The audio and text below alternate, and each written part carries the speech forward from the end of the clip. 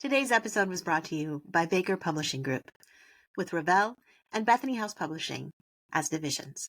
We're super excited to be sponsored by Baker Publishing Group and to bring you their fabulous authors and their fabulous lineup for 2025. Be sure to check them out at bakerpublishinggroup.com and also check out their online bookstore at bakerbookhouse.com.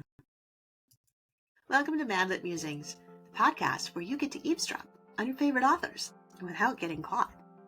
I've been stoked to have authors like Angela Hunt, Bill Myers, Nicole Deese, Tessa Afshar, comedian Bob Smiley, and more on the show, and this year I have another great lineup of storytellers and truth-sayers. If you love to eavesdrop at coffee shops like I do, this is the podcast for you.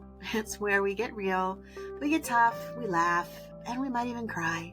It's where we meet authors on a different level, where every story and podcast episode has its own heartbeat. So hang out with me today.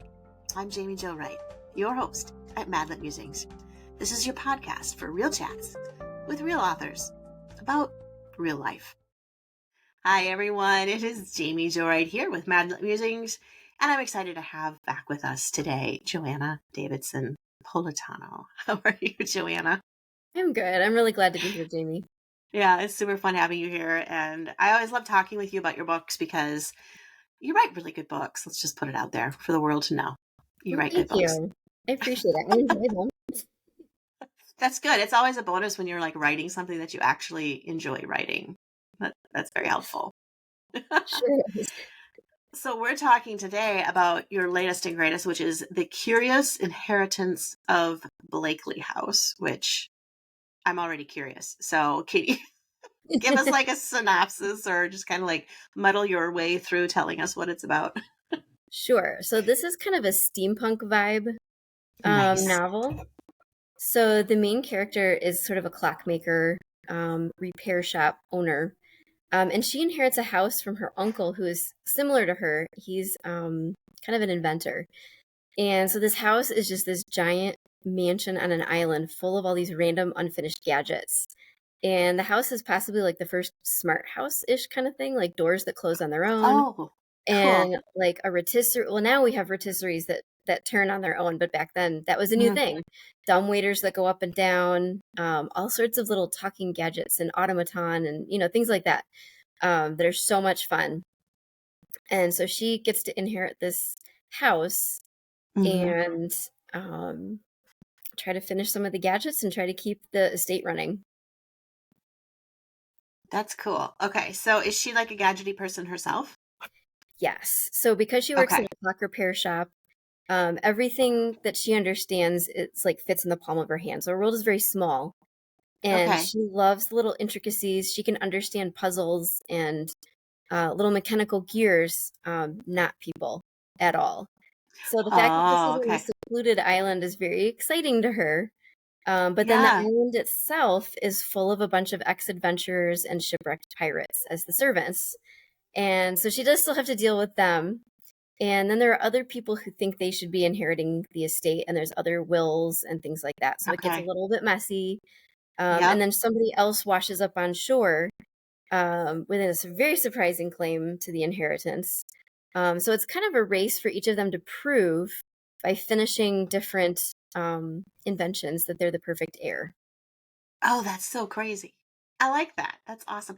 Now, what era is this in? Because you mentioned pirates, and a lot of times pirates were like 1700s. Right. Then... So I say pirates, but that is the heroine just consumes a lot of books, a lot of like fantastical fiction. So she gets there and she sees them as pirates, but they're not. They are basically just sailors who are grounded, whose ships ran aground and crashed, or a lot of them are some kind of thieves or something like that. So that's why they stay on as servants at the house. But yes, pirates were definitely a thing of the past by the time this book is set in like Edwardian England. Oh, okay. Awesome. Okay. That's good. That's good. So, so there's this island, and you said that the house is on an island. Now, does this island, is it based off of like an island or is this purely fictionally from your imagination? Partially real. So off the coast of Northumberland, there's a scattering of islands called the Farne Islands. And so I just added an island to that chain, basically. I mean, there's a bunch of... I just got a bonus island. Yes, it's a bonus island. So there's a causeway to Northumberland Okay.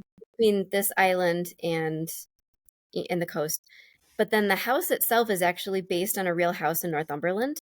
Oh, It cool. was the first house to be powered by hydroelectricity, and it was a lawyer who quit his day job to become an industrialist. And he just powered this huge, gigantic mansion, which is still around for tours. He powered it all by water pressure. Wow. Wow. That's really cool. I don't know if people realize how much invention really did take place during the Edwardian period, right? Yes, I actually found a whole book on failed inventions, and it was the best thing No ever. way. Oh, yes, there were like Oh, seeing eyeglasses for horses. And there were, yes, there were so many quirky things that just didn't make it to the market or oh my. they weren't completed or something, or the patents failed or whatever. And so there were just so many things to draw from. This house is just full of all the crazy. That is hilarious. Seeing eyeglasses, what were they trying to accomplish? I have no idea. I Did think they think the horses were like less blinded or I don't know. Interesting. they thought they were nearsighted. I have no idea. Interesting. But those didn't take Well, yeah. As evidenced by the fact we don't have glasses running around with horses, or glasses running around, horses running around with glasses. And you Yes, can all no. see why I don't do any inventions. I wouldn't even get them in the correct order.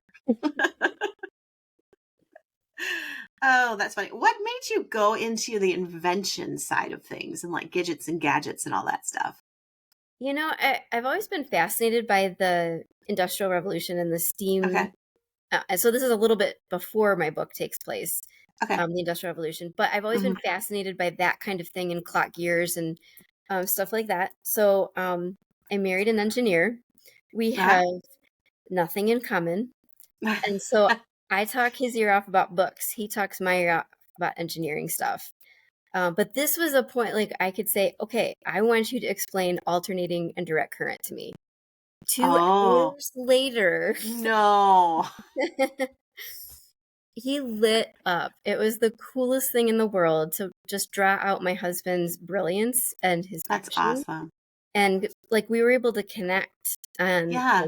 story world and like hydraulics and engineering.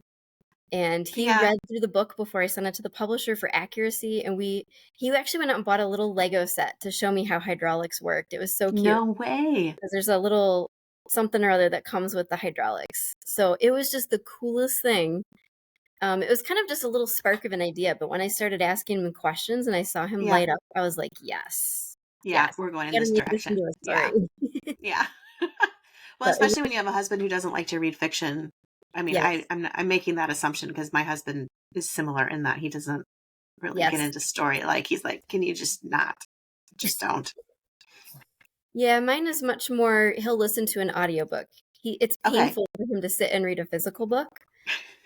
So he's listened to all of my books. Oh, that's good. He generally will consume stories through movies. He's not a book guy. So we can't sit and talk about the books we've read. Right. Well, I was talking to my husband about that stuff because I was like, because my husband loves to watch movies. So to me, I'm like, it makes sense. If you watch movies and you love the story, why wouldn't you want to read a fiction novel? Aside from the fact that you have to sit down to do it. I'm like, is it a sitting down thing? And he's like, no. He goes, and he starts explaining. I'm like, oh my gosh, you can't see pictures in your head. Oh, wow. And he goes, what do you mean? And I said, when I read a book, the scene that I'm in is playing in my head just like I was watching a movie. I said, when you read a scene, what do you see? And he goes, the words on the page. I'm like, no wonder you don't like a storybook. No wonder you don't like stories. Like, it's not the story you don't like. It's the fact you can't picture it. Yeah. Like, there's just a disconnect between a moving image in your head. And he goes, yeah. He's like, if I have the option to watch it on screen, I'm going to pick that because then I can actually see what's happening. That's really interesting. I know, so isn't it? His imagination is unhinged from his eyes or something. I don't know. You're unhinged. I'm going to tell him that. You're unhinged. Okay, that's not what I meant. No, I know that's not what you meant. I know that. I tell him that anyway. He tells it to me too. So affairs, all's fair in love and war, right? Exactly. But actually, that's an interesting question. I should put on a poll for readers who are listening. Do you see the pictures in your brain while you're reading the book, or do you Yeah. just read the words? I would be fascinated by that That because would be some really readers have fascinating. told me that they can't picture it. So Yeah. I'm curious how common that is. Yeah, and I wonder if it has anything to do with like left brain versus right brain, or like if you're more mathematical versus creative. I don't Yep. know. My husband would be 100% mathematical, scientific, Mm-hmm. not so much the creative. Yeah. Yeah. And that's probably more my husband too. He's not an engineer by any means, but he's more scholarly. Like he'll pick up a book of hermeneutics or apologetics or something, and he'll find it fascinating. And I'm going, there's nothing in here that could be made into a mental picture. I'm out. Same. I'm with you on that one. I'm done. I'm done. Oh man, that's funny. Okay, well that's cool that you and your husband though were able to get together and he could actually contribute to one of your books. Because that was going to be one of my questions was like, do you know enough about gadgets to write about them? Because I sure wouldn't. No. I learned a lot. I Yeah, did a lot of research because I wanted it to be accurate. And it right. helped that I was basing it entirely off of one house. So I looked at a Okay. lot of the gadgets they had built into the kitchen and the different features they had, and that helped a lot. I Yeah. had to ask my husband to explain like how did these things work so that I Mm-hmm. could, have my person's brain unpack it the right way. Right. Um, but I think I put it together. It took a little time, but it was so Yeah. much fun to put together. Oh, that's awesome. I love it.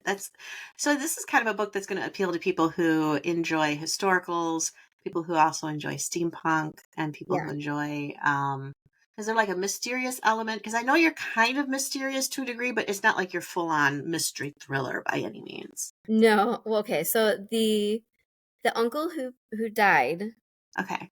they kind of think she killed him. And so she's Okay. trying to figure out who did because she didn't. She's never even met Right. the guy before. So she's trying to figure out, and she's just uncovering all these pieces of his life that don't Mm-hmm. fit what everyone's told her about him. Like he has a love story, this epic, beautiful love story, and everyone's just like, no, no, no, no, not him. He would not have fallen in love. He's totally the mathematical, scientific brain. That would never have happened. He was Mm-hmm. totally awkward around women. But she's finding these like beautiful, eloquent love letters and all these things that he made for her and stuff like that, all these gadgets. So she's trying to piece together what happened to him, Wow. who killed him, if somebody killed him, and also like who Mm-hmm. really should inherit the estate. Right. Right. Even though she really wants it, she also wants to be fair, I'm assuming. Well, yes, she wants to figure out the truth because there are different wills, there are different stories of this estate and what Mm. actually happened. So I guess she's Mm-hmm. just trying to get to the bottom of it. Mostly she wants to figure out what happened to this uncle who she's kind of becoming attached to because Oh, that's so cool. she feels similar to him. She feels misunderstood by the world because she's kind of Yeah. um unempathetic and Mm-hmm. mechanical and like in her thinking she's just Yeah. very solve the puzzle, look at what's in front of me. And her uncle the Right. industrialist was the same way, so she just is really drawn to figure out what happened to him. And the Yeah. house is Yeah. kind of almost encouraging her to do so. Like there are certain Okay. lights that will come on and go off as she passes, and then doors that open and shut behind her. And it seems to be like inviting her in to figure out the story behind everything. So in a sense, it's a treasure hunt into her past, like her ancestral past Yeah, and that's the a good way to secrets in put it. this house. Yeah. I love it. I love it. That's awesome. Oh, I want to read it now. It was really fun That's putting it cool. together. Oh, I bet. I bet. I did a book, well, actually Spectres in the Glass House that came out in October. Hmm. Um, was the house that it was in was inspired by a house in California called the Winchester House, which was Oh, actually owned by the people who created the Winchester the rifles gun and stuff. people. Hmm. But the wife, like when she would start building things, and then she'd like, no, we're not, no, just stop. And so you have all these like stairways that Yes. go to nothing. doorways that go into half halls that just stop. And it's so fun when you find houses that you can take kind of Mm-hmm. elements of and create an entirely different story about. Yes. Oh, that house has fascinated me. Now I need to read that book. Yeah, it's a really interesting house. I watched there's a movie called Winchester. And if you don't like scary movies, I wouldn't watch it. I wouldn't say it's a horror flick, but it's definitely got some jump scares in it and ghostly elements. Mm. But it's really kind of neat because it puts a visual to what the house actually, and you can tour the house now. I mean, it's crazy what they've got in those places. That's amazing. So not unlike your hydraulically run house in Umbridge, North Umbridge. Oh, fun. So, okay. So, if you were going to describe a reader who was going to pick up this book, um, who would be the ideal reader for this book? Somebody who really has a strong sense of curiosity for historical mystery and things like that. For the spiritual element, maybe somebody who can't wrap their head around faith in God. Somebody like kind of a literal thinker who can't engage with something that's not right in front of them that they can take apart and see. Okay. Things like that. So there's a lot of sense of like wonder and stuff like that was really fun to write in. So yeah, I guess anything along those lines. Yeah, that sounds cool.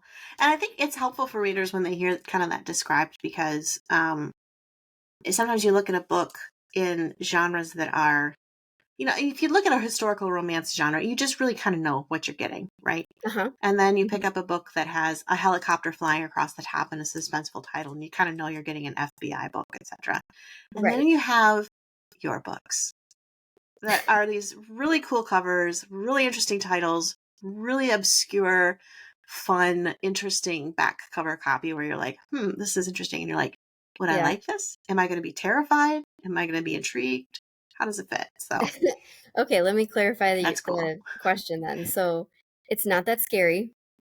It's much more of a curiosity horror thing. Yes.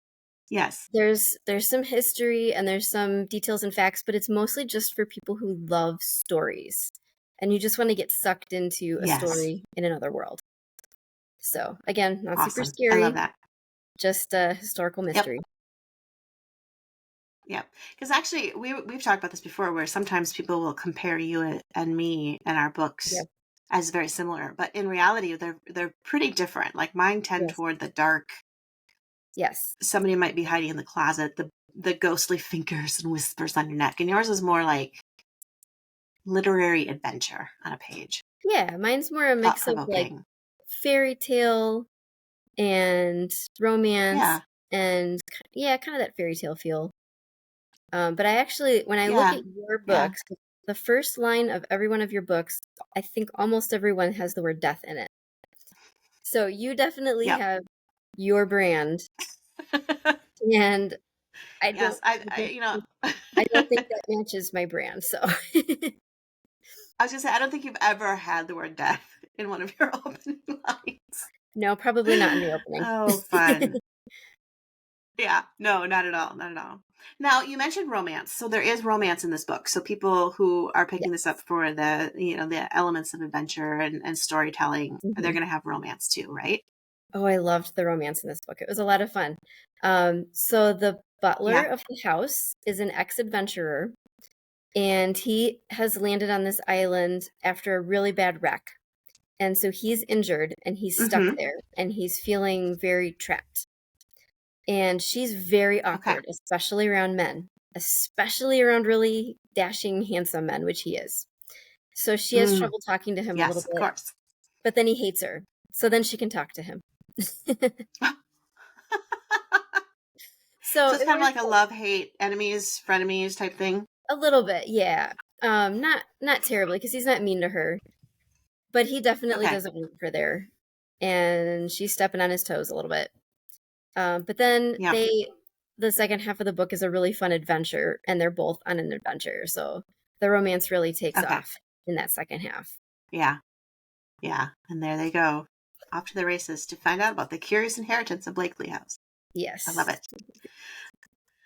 I love it. So we have this book, we have an island, we have gears and gadgets, we have a delicious little romance that's developing.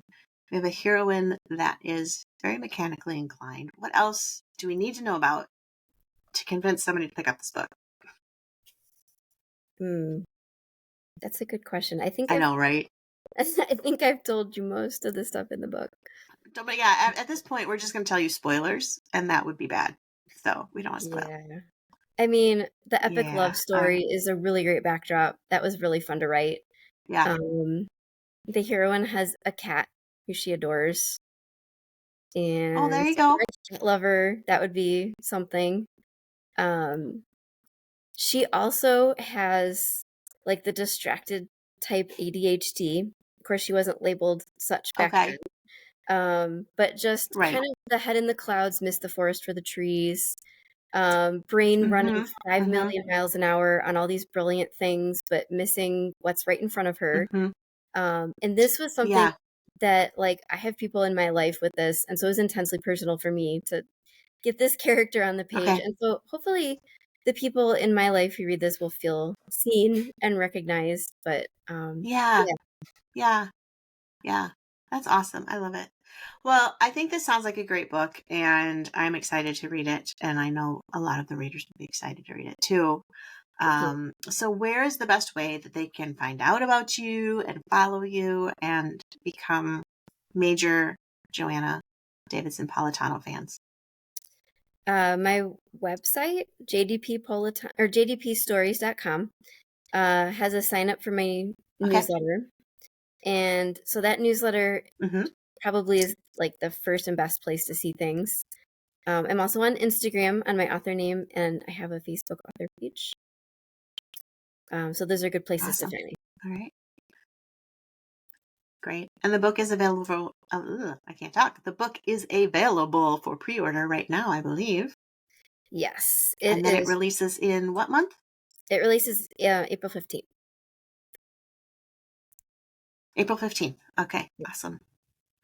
Cool. And this will be airing probably a few weeks before it releases. So if you haven't already pre-ordered your copy, be sure to do that, because then you get it as soon as it drops, which is super exciting.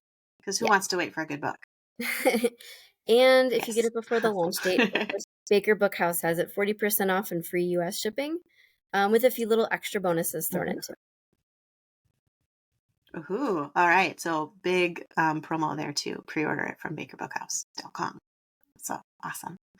Joanna, thank you so much for being with us today. This was a blast, and I'm excited to go explore a house on an island with gears and gadgets now.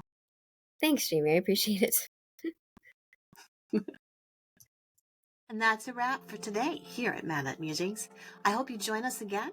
And if you want to, be sure you like and subscribe here at your favorite podcast player or on YouTube, because you won't want to miss all the wonderful alerts that let you know when we have another conversation for you to eavesdrop on.